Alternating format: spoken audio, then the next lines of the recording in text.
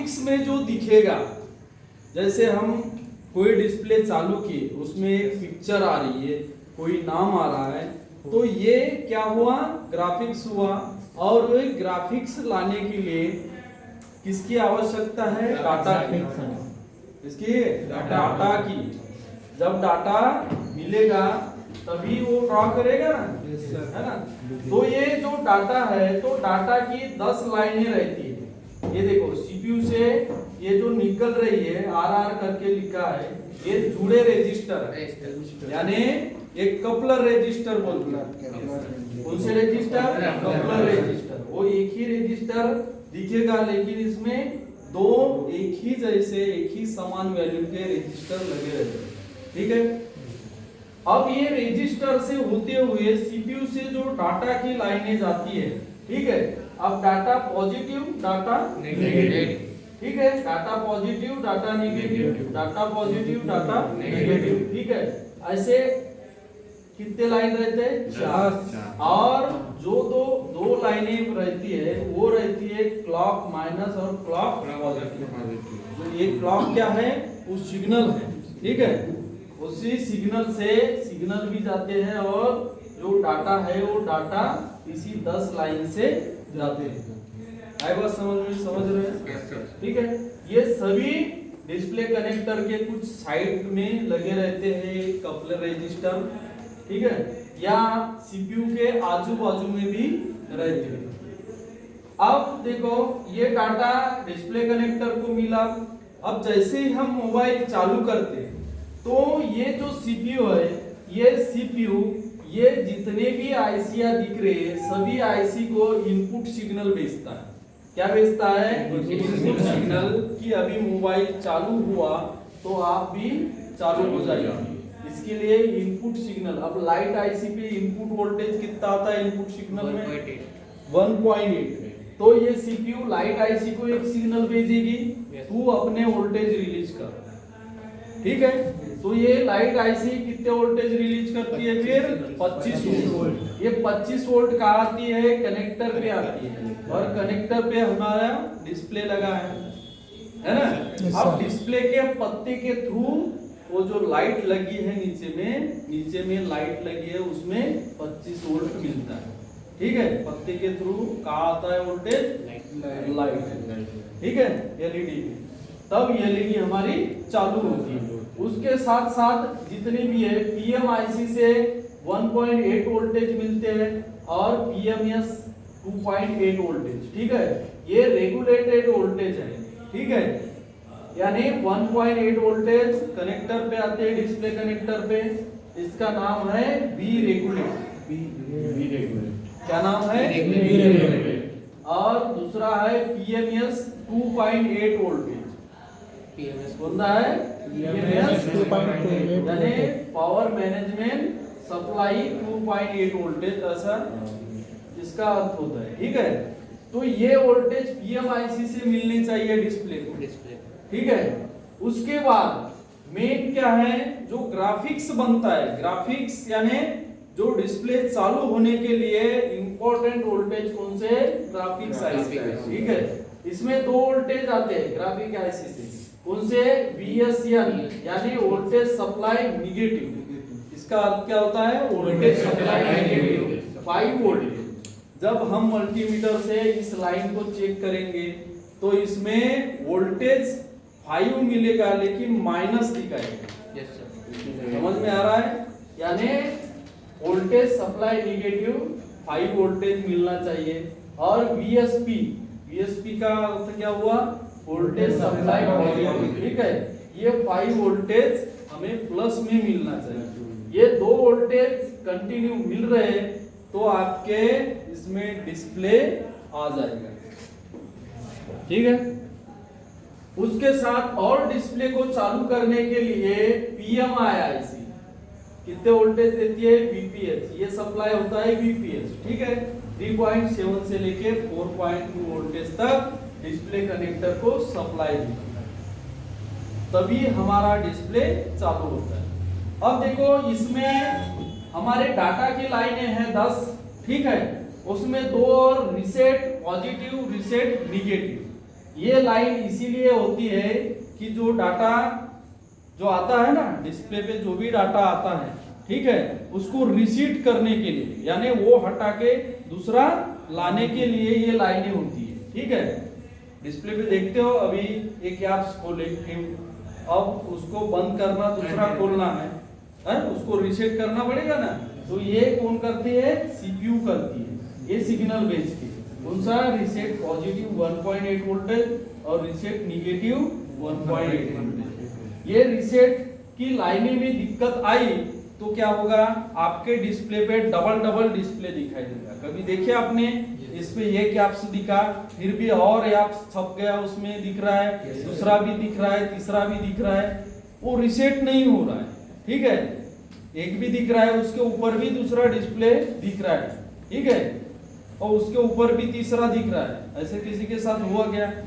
हाँ, तो उसमें जब कंटिन्यूअस ऐसा दिख रहा है या रीसेट होता ही नहीं, तो ये रीसेट की लाइनों में दिक्कत आती है। रीसेट की लाइनों में दिक्कत आने से क्या होता है, एक के ऊपर एक डिस्प्ले दिखता है, ठीक है। अब जैसे डिस्प्ले तो दिख रहा है, डिस्प्ले आया, लेकिन डिस्प्ले ब्लैंक दिखता है, कुछ कलर दिखते हैं, है ना। डिस्प्ले पे कोई डिस्प्ले नहीं दिख रहा है, सिर्फ कलर दिख रहा है। कौन सा कलर दिखते हैं? 3 कलर दिखेंगे आपको। डिस्प्ले 3 ही कलर से बनता है। कौन कौन से? व्हाइट ब्लैक, हाँ? अरे उससे बोलते हैं RGB। कलर किससे बनते हैं? RGB, हाँ, रेड ग्रीन, ठीक है, रेड ग्रीन ब्लू, इससे ही कलर बनते हैं, इसे बोलते हैं RGB। ये सब कलर का मिक्स करते हैं, तभी हमें अलग अलग कलर देखने को मिलते हैं। तो डिस्प्ले में 3 ही कलर आते हैं, कौन से? RGB। इसे मिक्स करके हम अलग अलग कलर वो दिखाता है, ठीक है।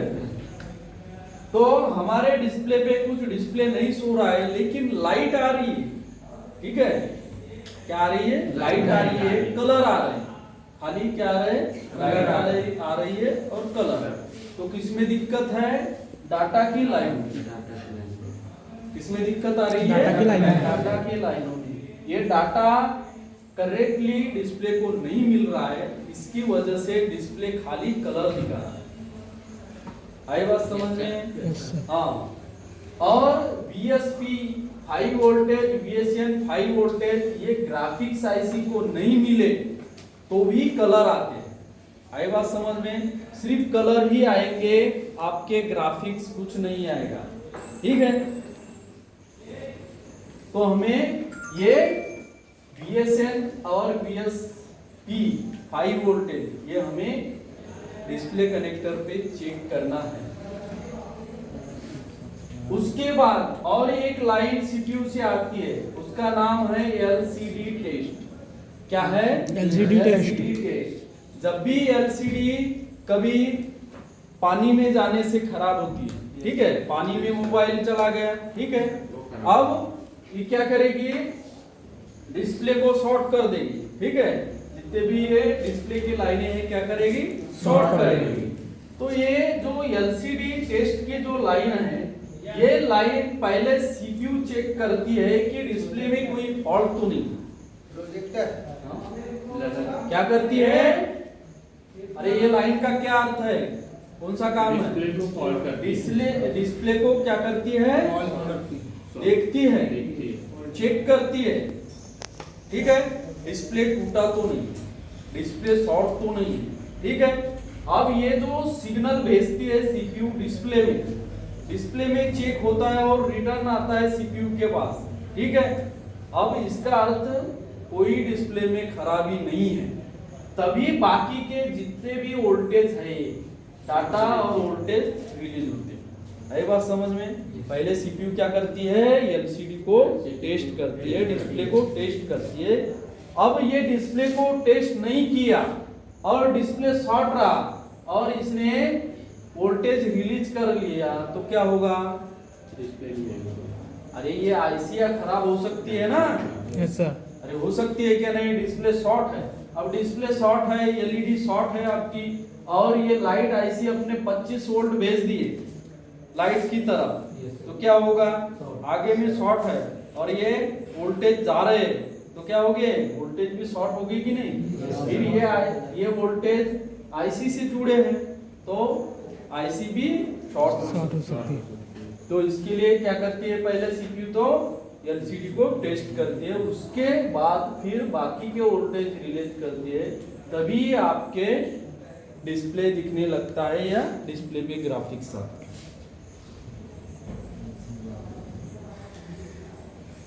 तो ऐसे ही डिस्प्ले का फॉल्ट आया तो पहले क्या करेंगे हम, पहला पॉइंट क्या होगा हमारा सर थिनर से अरे पहले तो हमें डिस्प्ले को चेंज करके देखना है, ठीक है। डिस्प्ले कभी शॉर्ट हुआ, कभी ब्रोकन हुआ, तो इसकी वजह से भी डिस्प्ले नहीं आता, ठीक है। पहला पॉइंट क्या है, डिस्प्ले को रिप्लेस करो, चेंज करके देखो। सेकंड, अब ये जो कनेक्टर है इसमें कभी कभी क्या आ जाता है, कार्बन आ जाते हैं, ठीक है। कार्बन आने से ये जो अंदर के पिन है, जो हम डिस्प्ले का पत्ता लगाते हैं, वो प्रॉपरली कनेक्ट नहीं हो पाता है, इसकी वजह से भी डिस्प्ले लाइट नहीं आती है, डिस्प्ले नहीं आता। तो क्या सेकंड क्या करें, थिनर से साफ करें, थिनर से डिस्प्ले कनेक्टर को साफ करें। उसके बाद क्या करें, डिस्प्ले कनेक्टर को देखो कहीं पिन टूटा तो नहीं, ठीक है। कभी कभी अंदर के पिन टूट जाते हैं, ठीक है।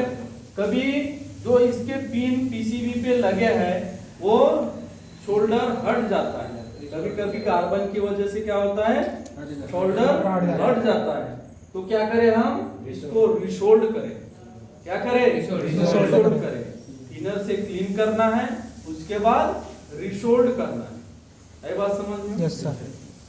अब रिशोल्ड करने के बाद डिस्प्ले कनेक्टर के पिन पे हम क्या करें, जीआर चेक करें। क्या करें, जीआर। अब जितने भी पिन हैं इसमें कुछ पिन में जीआर चेक करने पे भी आएगी, क्यों आएगी, ग्राउंड से कनेक्ट रहने पे, ठीक है। अब इसको वोल्टेज तो मिल रहे हैं, इसको ग्राउंड भी वोल्टेज चाहिए कि नहीं। Yes sir. अरे नेगेटिव वोल्टेज चाहिए, पॉजिटिव नेगेटिव वोल्टेज मिलेगा तभी तो कोई पार्ट काम करेगा। तो डिस्प्ले में जिसपे भी जीआर में बीप आ रही है तो वो ग्राउंड समझिए, आई बात समझ में।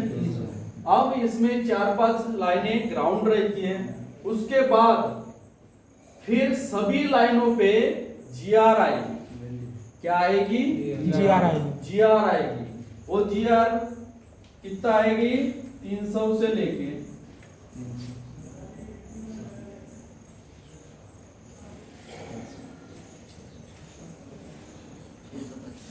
650 तक, ठीक है। 300 से लेके 650 तक वैल्यू दिखाएगा। सभी पिन पे हमें जीआर मिलनी चाहिए, ठीक है।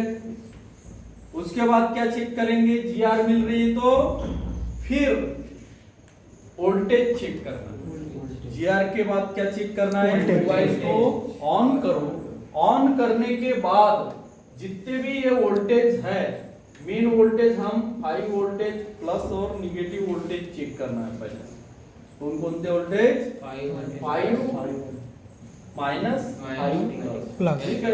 ये वोल्टेज आ रहे तो ग्राफिक्स में ज्यादा दिक्कत नहीं है। ये वोल्टेज नहीं आ रहे तो फिर ग्राफिक्स आईसी को देखना पड़ेगा, क्योंकि डिस्प्ले में मेन ग्राफिक्स और सीपीयू का ज्यादा रोल रहता है, ठीक है। ये भी इसका भी रहता है, लेकिन ये जो वोल्टेज है उतने खराब नहीं होते, ज्यादातर कौन से होते हैं, ग्राफिक्स आईसी के और ये डाटा की लाइनिंग के, ठीक है। अब ये हमने चेक कर लिया। अब जो रजिस्टर है इसके, है ना, इसके ट्रैक में 10 रजिस्टर लगे क्या नहीं? Yes sir. तो इसको रजिस्टर को ओपन के लिए चेक करो। तो इस ये रजिस्टर की वैल्यू रहती है 100 ओम। कितनी, 100 ओम के रहती है, ठीक है। इसकी वैल्यू जब देखेंगे तो 100 ओम मिलना चाहिए, ठीक है। 100 ओम के कम भी मिले तो चलेगा, ज्यादा मिले तो ये काम नहीं करेगा। आए बात समझ में? अब इस 10 डाटा की लाइन में एक भी लाइन मिसिंग है तब भी आपका डिस्प्ले में डिस्प्ले नहीं आएगा।